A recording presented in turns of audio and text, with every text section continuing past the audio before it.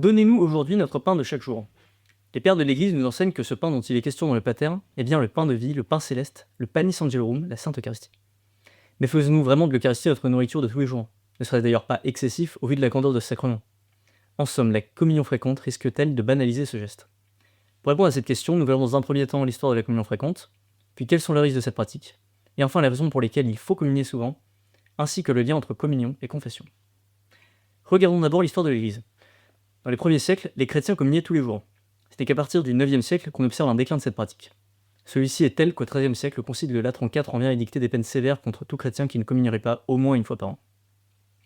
C'est 3 siècles plus tard que les choses commencent à changer, quand la contre-réforme défend l'Eucharistie face aux protestants. Saint Ignace de Loyola encourage ses premiers compagnons à la communion hebdomadaire, ce que les jésuites feront donc aussi par la suite. De même, le concile de Trente encourage les fidèles à communier à chaque messe à laquelle ils assisteront. Une partie du clergé s'y oppose, mais Rome confirme ces encouragements. Les siècles suivants seront marqués par des querelles à ce sujet, les jansénistes posant des conditions inatteignables de pénitence et d'état de grâce pour accéder à la communion. Jusqu'à la fin du XIXe, les communions se limiteront à quelques fois par an pour les grandes occasions. La pratique finit par basculer définitivement avec le pape Saint Pie X, qui publie en 1905 le décret Sacra Tridentina, dans lequel il demande que la communion fréquente et quotidienne soit rendue accessible à tous les catholiques, quel que soit leur état, à ces seules conditions. L'intention droite, l'état de grâce, la prière avant et après la communion, et la vie du confesseur. Alors si cette pratique a tant été encouragée, pourrait-il vraiment y avoir un risque? On constate malheureusement qu'aujourd'hui, la communion est souvent devenue un simple geste habituel. Lorsque les communions étaient rares, seule l'union à Dieu motivait la communion hebdomadaire ou quotidienne, et l'aspect exceptionnel préservé de l'habitude. On observe désormais, au contraire, un grand manque de déférence envers Jésus Eucharistie, la communion étant souvent caractérisée par des attitudes et des gestes très communs, ne pas dire négligés ou insignifiants. Deux risques se présentent alors à nous. Le premier est la communion inconsciente. Combien de gens ont communié sans même se rendre compte de ce qu'ils font? Saint Paul nous donne pourtant dans la première épître aux Corinthiens un avertissement sévère. Celui qui mange et boit indignement sans discerner le corps du Seigneur, mange et boit sa propre condamnation. Même si nous pouvons parfois ressentir des mouvements de doute face au Saint-Sacrement, nous devons les réfuter avec confiance et voir avec les yeux de la foi ce qui est caché aux yeux du corps. Un deuxième risque se présente, la communion hors de l'état de grâce. Le péché mortel est l'acte grave, commis volontairement et librement. C'est un refus de Dieu qui nous sépare de lui. Il serait donc incohérent, voire insultant de dire au bon Dieu « Je veux être uni à vous » en communion, après lui avoir dit « Je ne veux pas de vous » en ayant péché gravement.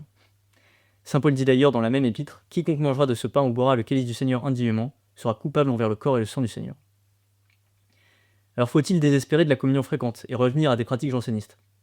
À vrai dire, ces deux risques découlent plus d'un manque de catéchisme et d'un refroidissement de l'amour de l'Eucharistie que de la communion fréquente en elle-même. Écoutons ce qu'en dit saint François de Sales. Si le monde vous demande pourquoi vous communiez si souvent, dites au monde que c'est pour apprendre à aimer Dieu, pour vous purifier de vos imperfections, et pour vous délivrer de vos misères, pour trouver la consolation dans vos peines, et pour vous soutenir dans vos faiblesses. Dites au monde que deux sortes de gens doivent communier. Les parfaits parce qu'étant bien disposés, ils auraient grand tort de ne pas s'approcher de la source de la perfection. Et les imparfaits afin d'aspirer à la perfection.